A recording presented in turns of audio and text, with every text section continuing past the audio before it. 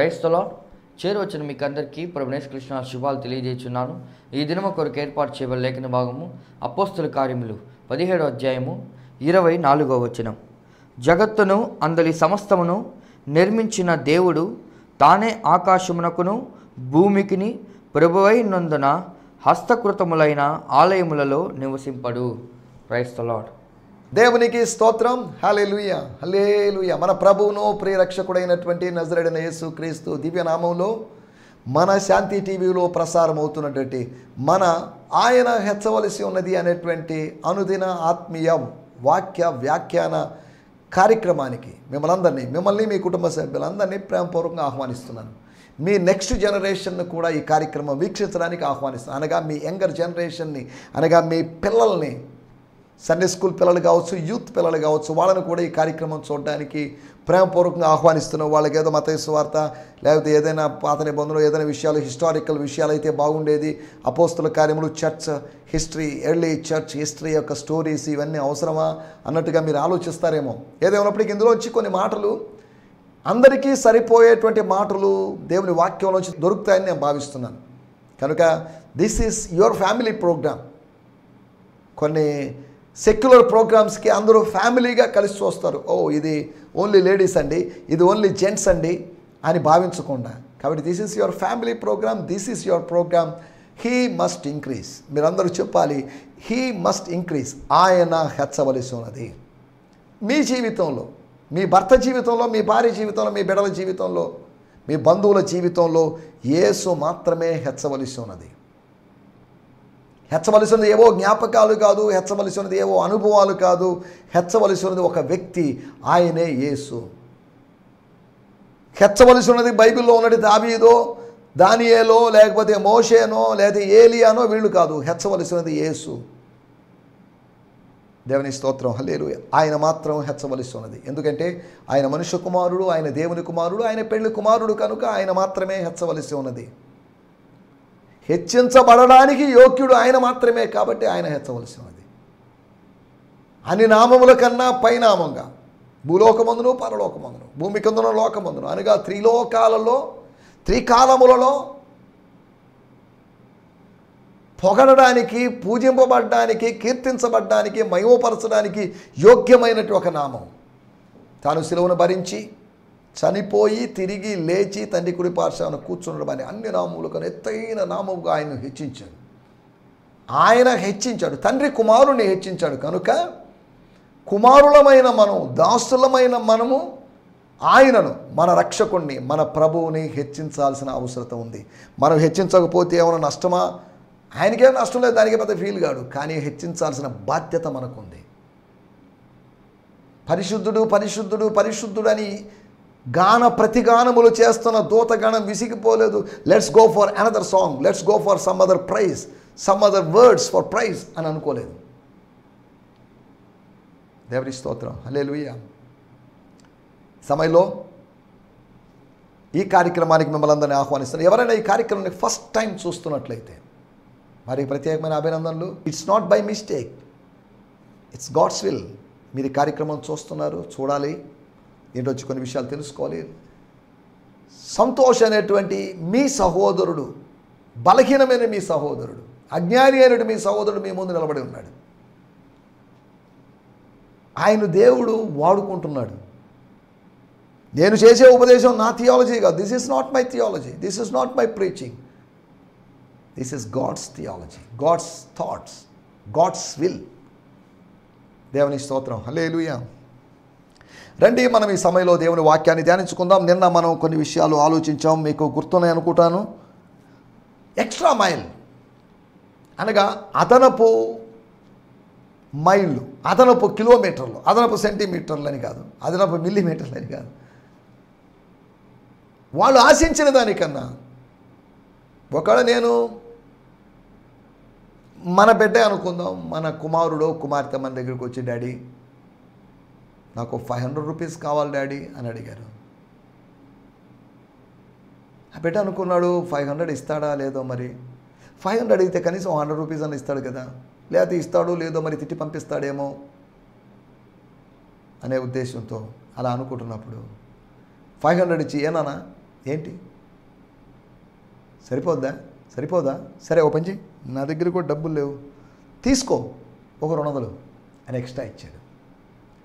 500 అనుకున్నాడు, 500 అడుగుదాం అనుకున్నాడు, కానీ తండ్రి 500 కన్నా ఎక్కువ ఇచ్చేసాడు. ఐ లవ్ యూ డాడీ, నువ్వంటే నాకు చాలా ఇష్టం డాడీ, నువ్వు అడిగినంత ఇస్తావు డాడీ అని సంతోషంతో ఎగ్జైట్ అయ్యి కుర్రాడు వెళ్ళిపోతాడు, పాప వెళ్ళిపోతుంది.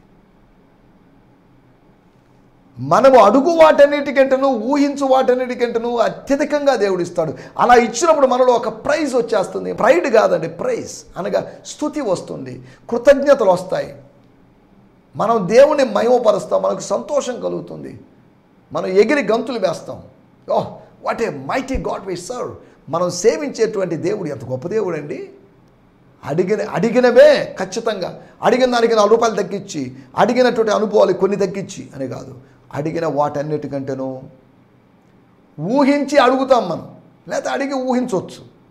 ఎలాగైనా కానీ అడిగిన వాటన్నిటికన్నా, ఊహించిన వాటన్నిటికన్నా, ఇమాజిన్ చేసిన దానికన్నా, ఎక్స్పెక్ట్ చేసిన దానికన్నా అధికంగా ఎక్కువగా ఇవ్వగలడు. ఈ దేశాన్ని, ఈ ప్రజలని, నీ ప్రజలని మా నాన్నగారు అయితే చక్కగా పరిపాలించారు, నా వల్ల కాదు ఈ జనాన్ని మెయింటైన్ చేయడం. మోషే గారు అయితే భరించారు, సహించారు, నా వల్ల కాదు. కాబట్టి వీళ్ళని పరిపాలించాలి అంటే నా పుస్తక జ్ఞానం చాలదు, నాకు పరలోపు జ్ఞానం కావాలి. I want wisdom.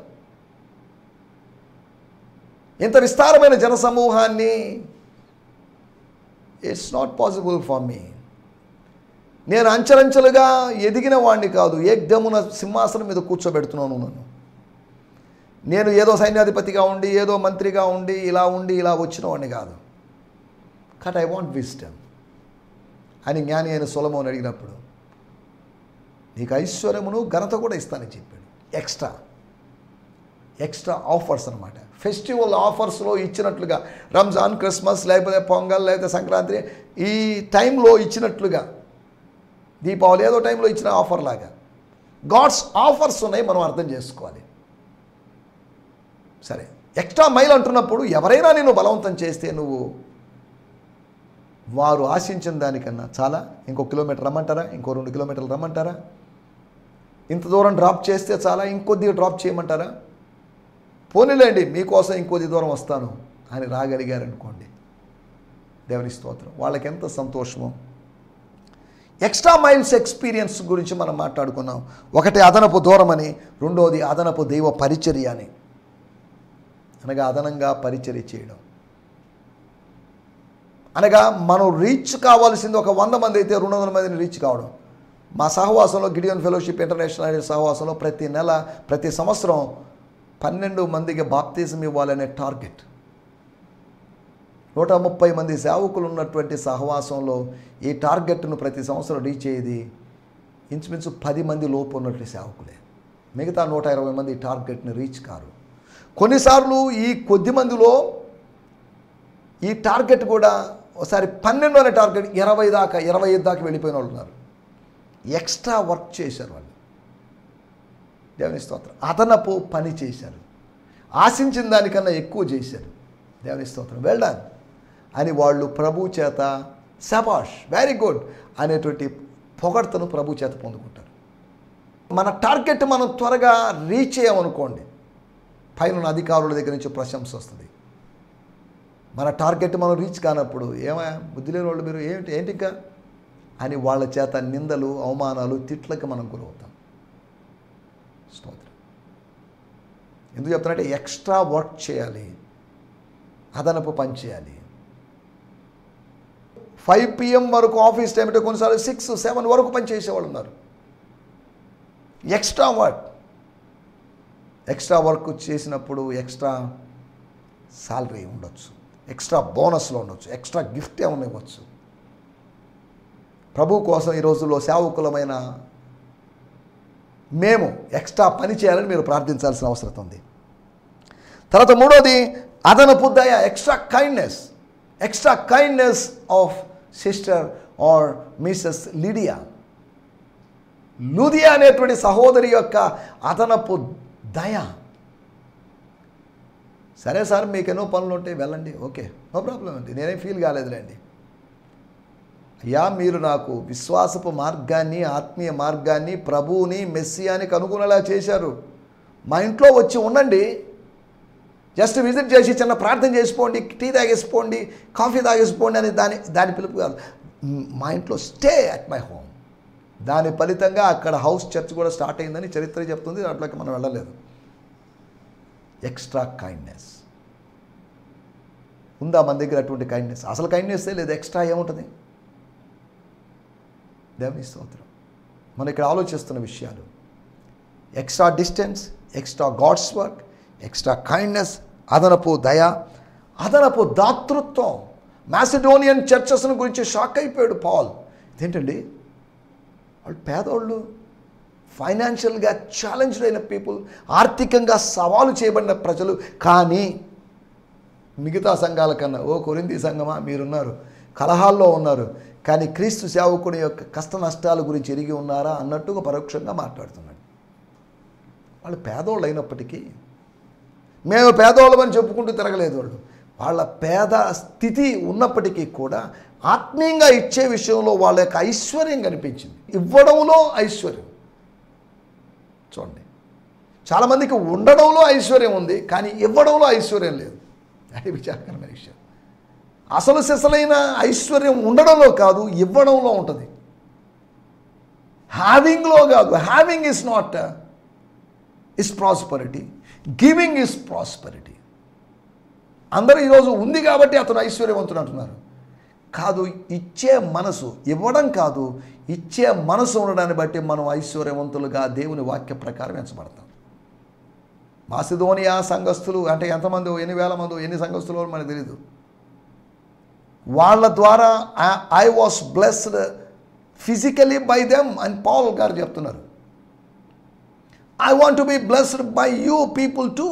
మీ ద్వారా కూడా నేను దీవించబడాలని ఆశిస్తున్నానండి. ఫిలిప్పీ సంఘం ద్వారా I was blessed by the Philippian church.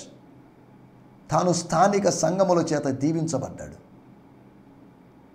తాను స్థానిక సంఘములను ఆత్మీయంగా దీవించాడు. We have to bless people spiritually. Then in return people will bless us financially.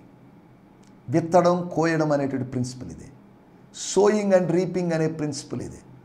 విత్తకుండానే కోయాలని ప్రసంగం చేస్తున్నారు, పరిచయం చేస్తున్నారు టీవీ ప్రసంగికులు కొంతమంది. నీకెందుకు ఇవ్వాలి? దయచేసి టీవీ ప్రసంగికులకు ఇవ్వద్దు. మీరు మీ స్థానిక సంఘ కాపరికి ఇవ్వండి. That's a right thing, because he was sowing for you. ఆయన మీకోసం వెతుకుతున్నాడు. మీ స్థానిక సంఘ కాపరి ఉపవాసం ఉంటున్నాడు, ప్రార్థన చేస్తున్నాడు, మీ హౌస్ విజిట్ చేస్తున్నాడు, మీ కౌన్సిలింగ్ ఇస్తున్నాడు. కాబట్టి you have to so for him, so in to his ministry. అతని వ్యక్తిగతమైన జీవితంలోకి పాస్టర్ గారు మీకు సూట్ తీసిద్దాం అనుకుంటున్నామండి, మీకు బైక్ తీసిద్దాం అనుకుంటున్నామండి, మీకు ఇంకేదైనా చేద్దాం అనుకుంటున్నామండి అని చేద్దాం. అలా చేసినప్పుడు దీవించండి. టీవీ ప్రసంగికులు మీరు వేలు వేలు ఇచ్చినా వాళ్ళు కోటీశ్వరులు. ఈ రోజులో చాలామంది టీవీ ప్రీచర్స్ ఉన్నారు. వాళ్ళందరూ బాగా ఎవర్ రీచ్. వాళ్ళకి ఇచ్చే ఆఫరింగ్ అసలు వాళ్ళకి అసలు ఏం దేనికి కూడా కాదు. హోటల్కి వెళ్ళి కాఫీ, టీ తాగినంత ఈజీగా ఉంటుంది. దానికే సరిపోతుంది మీ ఆఫరింగ్. కానీ అయినప్పటికీ మీరు ప్రేమతో మీ కష్టార్జితంలో మీరు ఇచ్చిస్తున్నారు. వాళ్ళు పెద్ద కానుక ఇచ్చే వాళ్ళని పట్టించుకుంటున్నారు. ల్యాక్స్ ఇచ్చేవాళ్ళని, 1 lakh ఇచ్చేవాళ్ళని, ఇంకా ఎక్కువ ఇచ్చేవాళ్ళని, 10 ప్రోగ్రామ్స్ స్పాన్సర్ చేసేవాళ్ళని వాళ్ళు ఇష్టపడుతున్నారు. కానీ యేసు పేద విధవరాలి కానుకను కన్సిడర్ చేశాడు. ధనవంతుల యొక్క కానుకను ఆయన నిర్లక్ష్యం చేశాడు, పట్టించుకోలేదు. పేద విధవరాలి కానుకను ఆయన పట్టించుకున్నాడు. ఎవరు పట్టించుకుంటారు పేద విధవరాలి కానుకని? అమ్మ ఒక 10 రూపాయలు ఇచ్చావు, 20 రూపాయలు ఇచ్చావు, 100 రూపాయలు ఇచ్చావు, చాలా ఇచ్చావు, దేవునికి స్తోత్రం, ప్రభు నేను దీవించను గాక, నీకోసం ఈరోజు అంతా ఉపవాసం ఉండబోతున్నాను ఎవరు చెప్పగలరు? ఏ పాస్టర్ చెప్పగలడు? దేవుని స్తోత్రం, హల్లెలూయా. కాబట్టి అదనపు దాతృత్వంలో మనం ముందుకు సాగుదాం. వీటి గురించి మనం నిన్నటి ఎపిసోడ్లో విన్నాం.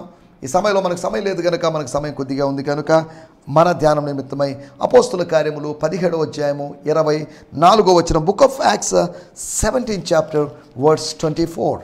జగత్తును అందరి సమస్తమును నిర్మించిన దేవుడు తానే ఆకాశముకును భూమికిని ప్రభువై ఉన్నందున హస్తకృతులైన ఆలయములలో నివసింపడు. The true God is the creator of all things. నిజమైన దేవుడు సమస్తమును నిర్మించినవాడు. He is the owner. ఆయన దాని యొక్క యజమానుడు, దాని కర్త.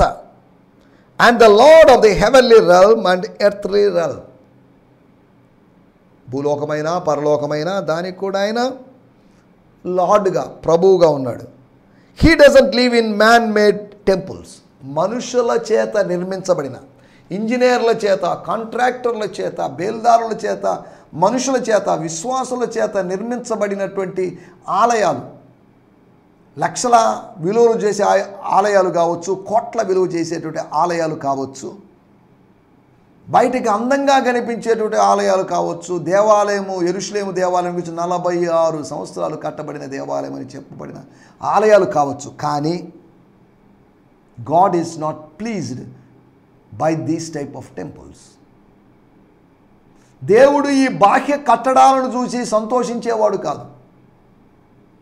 He was not happy with all these structures, mega స్ట్రక్చర్స్ని చూసి ఆయన సంతోషపడేవాడు కాదు. 2-3 నా నామంలో ఎక్కడ కూడుకొని ఉంటారో వారి మధ్యలో ఉంటానని చెప్పాడు. దేవుని స్తోత్రం. He was pleased with that. He would be pleased with that. చిన్నమందా, భయపడద్దు. వై? తండ్రికి రాజ్యాన్ని మీరు పొందుకుంటారు. తండ్రికి రాజ్యం అనుగ్రహించడం అది ఆయన చిత్తమైనది. He want to give you, he want to bless you with his kingdom. He want to make you to enter into his kingdom. ఆయన రాజ్యంలో ప్రవేశించడానికి మీకు ద్వారాలు తెరిచిపెట్టాడు. Come on, enter into it. Little flock, చిన్న మంద, పెద్ద మంద అని కాదు. దేవుని స్తోత్రం. హల్లెలూయా. పెద్ద మంద పొంగిపోతుంది. పెద్ద మంద మా మందిరం పెద్దదని, పెద్ద మంద మాదే ఏదో వాక్యమని, మాదే కరెక్ట్ అని, మాదే. ఈ చిన్న మందకి అతిశయించడానికి, చెప్పుకోవడానికి ఏం లేదు. ఈ రెమ్నెంట్కి, ఈ శేషానికి ఏమీ లేదు. ఈ శేషాన్ని దేవుడు స్వర్గంలో ఉంచాలనుకుంటున్నాడు. ఈ భారీ ఎత్తు కట్టడాన్ని, భారీ ఎత్తు పరిచర్యను ఆయన పట్టించుకోడు. కానీ ఈ శేషాన్ని, he was considering the remnant. కృపను బట్టి నిలిచిన శేషాన్ని, కరెన్సీని బట్టి నిలిచినటువంటి ఆ కట్టడాన్ని కాదు, కానీ కృపను బట్టి నిలిచిన ఈ శేషాన్ని ఆయన లక్ష్య పెడుతున్నాడు అనే సంగతిని మీకు గుర్తు చేస్తున్నాను. దేవుని స్తోత్రం. హల్లెలూయా. ఈ సమయంలో మనం ఆలోచిస్తున్న మాటలు 17వ అధ్యాయము 24వ వచనం. ఇందులోంచి 5 విషయాలు మీకు త్వరగా జ్ఞాపకం చేస్తాను. స్తోత్రం. 17వ అధ్యాయము 24వ వచనం. దేవుడు, మన టైటిల్ దురభిప్రాయాలు, మిస్కాన్సెప్షన్స్. దేవుని గురించి దురభిప్రాయాలు మనకుంటాయి. థియలాజికల్ ఎర్రర్స్ మనకుంటాయి. థియలాజికల్ మిస్కాన్సెప్షన్స్ ఉంటాయి. అది అలా అనుకున్నాం, అది కరెక్ట్ కాదు. అలా ఏదో అనుకుంటాం. వాక్యం మనల్ని సరిచేసినప్పుడు, అరే నేను ఆలోచించేది తప్పు కదా, నా థాట్ కరెక్ట్ కాదు కదా అని అంటాం. త్వరగా మీకు 5 విషయాలు మీకు జ్ఞాపకం చేయబోతున్నాను. నంబర్ 1, దేవుడు హస్తకృతములైన, అనగా చేతుల చేత నిర్మించబడిన, అనగా మట్టి చేతులు నిర్మించినటువంటి, మానవ హస్తములు నిర్మించినటువంటి ఆలయాల్లో ఆయన నివసించుడు. This is not a new thought. This is not a revelation. It's not a new thing. ఇది మొదటి రాజుల గ్రంథము 8వ అధ్యాయంలోనే దేవుడు స్వయంగా చెప్పాడు. అపోస్తల కార్యములు 7వ అధ్యాయము 50వ వచనంలో కూడా మనం గమనిస్తే, సర్వోన్నతుడు, మహోన్నతుడు, మోస్ట్ హై గాడ్ హస్తకృతములైన, హస్తకృతములు కావా, హస్తకృతములైనటువంటి ఆలయముల్లో చివరి భాగం, నాకు విశ్రాంతి స్థలం ఏది, ఇవన్నీ నా హస్తకృతములు కావా, అంటే నా చేతి పని కావా అని ప్రభువు పలుకుతున్నాడు అని ప్రవక్త పలికిన ప్రకారము సర్వోన్నతుడు హస్తకృతములైన ఆలయముల్లో నివసింపడు. అంటే ఖాళీ బిల్డింగ్స్లో ఉండడు ఆయన. కానీ 2-3 నా నామంలో ఆ ఖాళీ బిల్డింగ్లో, పెద్ద బిల్డింగ్లో ఆయన ఉన్నా, లేకపోతే చిన్న బిల్డింగ్లో 2-3 నా నామంలో, ఆయన నామంలో కూడుకొని ఉన్న, అక్కడ నివసిస్తాడు. అక్కడికి దిగి వస్తాడు. అక్కడ ప్రత్యక్షమవుతాడు. He would appear when the people gather, either in a big structure or a small house or under a tree or in a open place, ఎక్కడైనా కావచ్చు, వారి మధ్యలో ఆయన ఉంటాడు, దిగి వస్తాడు. దేవుని స్తోత్రం. ఒకటి, దేవుడు ఆలయాల్లో నివసిస్తాడు అనే అభిప్రాయం కరెక్ట్ కాదు. రెండవ అభిప్రాయం నేను మీకు జ్ఞాపకం చేస్తాను. 17వ అధ్యాయం 25వ వచనం. అందరికీ జీవమును సమస్తమును దయచేయువాడు గనుక తనకు ఏదైనా కొదువ అయినట్టు మనుషుల చేతులతో సేవింపబడువాడు కాడు. He supplies life and breath and all things to every living being. మన జీవమునకు భక్తికి కావలసిన వాటన్నిటిని ఆయన దయచేస్తున్నందున అని పేతురు పత్రికలో ఉంది. He doesn't lack anything that we mortals could supply for him, for he has all things and everything he needs. ఆయనకి ఏదో కొదువైనట్టు, ఆయనకి ఏదో లోటు ఉన్నట్టు, ఆయనకి బంగారు లోటు ఉన్నట్టు, ఆయనకి వెండి లోటు ఉన్నట్టు, ఆయనకి పూలు పండ్లు కాయ కర్పూరం నూనె ఏదో లోటు ఉన్నట్లుగా, ఆయనకి ఏదో తల వెంట్రుకలు లోటు ఉన్నట్టుగా, ఆయనకి ఏదో లోటు ఉన్నట్టుగా, ఆయనకి డబ్బు లోటు ఉన్నట్లుగా. నో, ఆయనకే హీఈస్ నాట్ ఇన్ ల్యాక్. ఆయన కొదువులు కలిగిన దేవుడు కాదండి. యెహోవా నా కాపరి, నాకు లేమి కలగదు, నాకు కొదువు లేదు. కొదువలు లేనటువంటి దేవుణ్ణి నేను కలిగి ఉన్నాను, కాపరిగా కలిగి, నాకేం కొదువ? నీవు నాకుండగా నాకేమి కొదువ అని భక్తుడు అన్నాడు. గమనించండి, గాడ్ ఈజ్ రిచ్. శ్రీమంతుడకు దేవుడు మన దేవుడు, దరిద్రుడైన దేవుడు కాదు మన దేవుడు, కూటికి గతి లేని దేవుడు కాదు మన దేవుడు, కలుగునుగా కానీ సమస్తమును కలుగు చేయగలిగిన దేవుడు, కలుగు చేసిన దేవుడు కాదా? దేవుని స్తోత్రం, హల్లెలూయా. దేవునికి ఎందుకంటే మాంసం అర్పిస్తున్నారు, బలు అర్పిస్తున్నారు. దేవుడికి ఎందుకు కావాలి బలులు? మీ బలులు నేను కోరను. వృషభముల మాంసము నేను తిందునా? నో, తిన్ను. 51 కీర్తనలో అది అన్నాడు.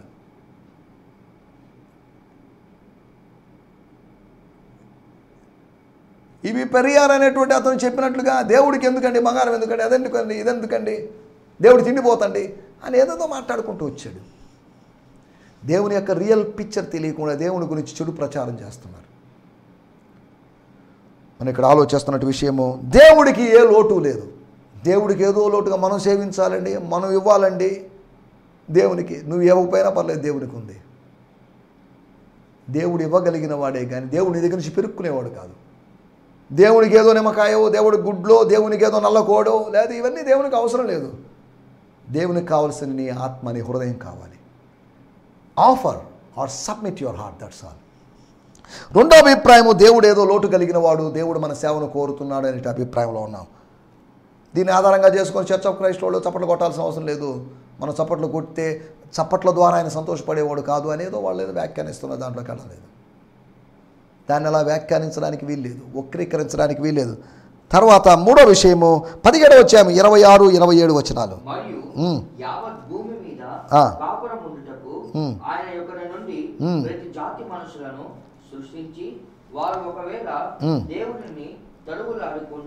తడువులాడి కనుగొందురేమోనని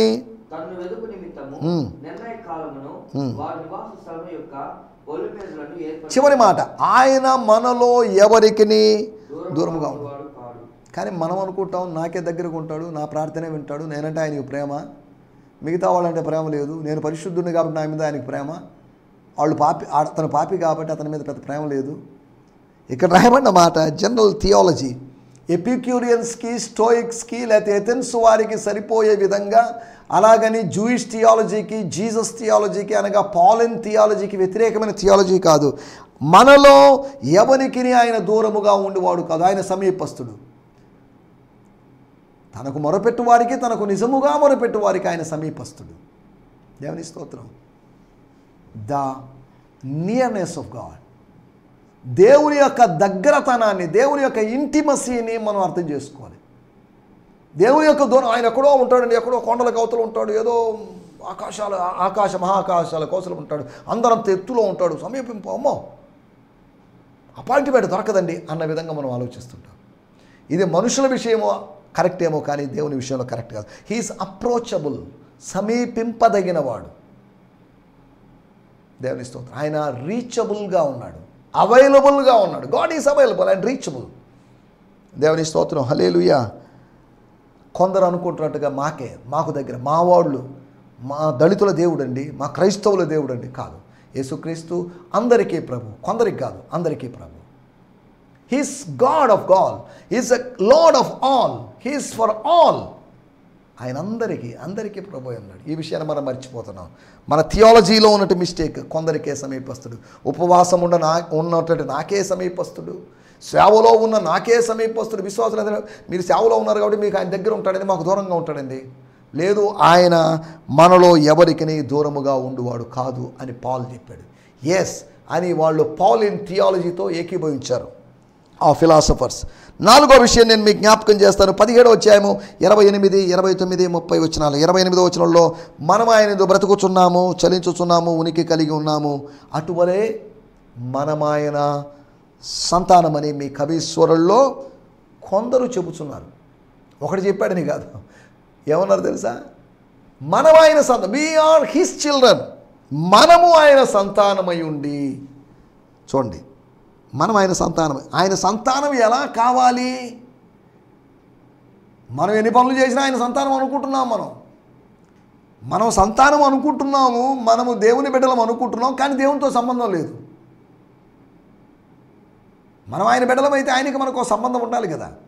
తండ్రితో కుమారునికో సంబంధం ఉంటుంది, భార్యతో భర్తకో సంబంధం ఉంటుంది.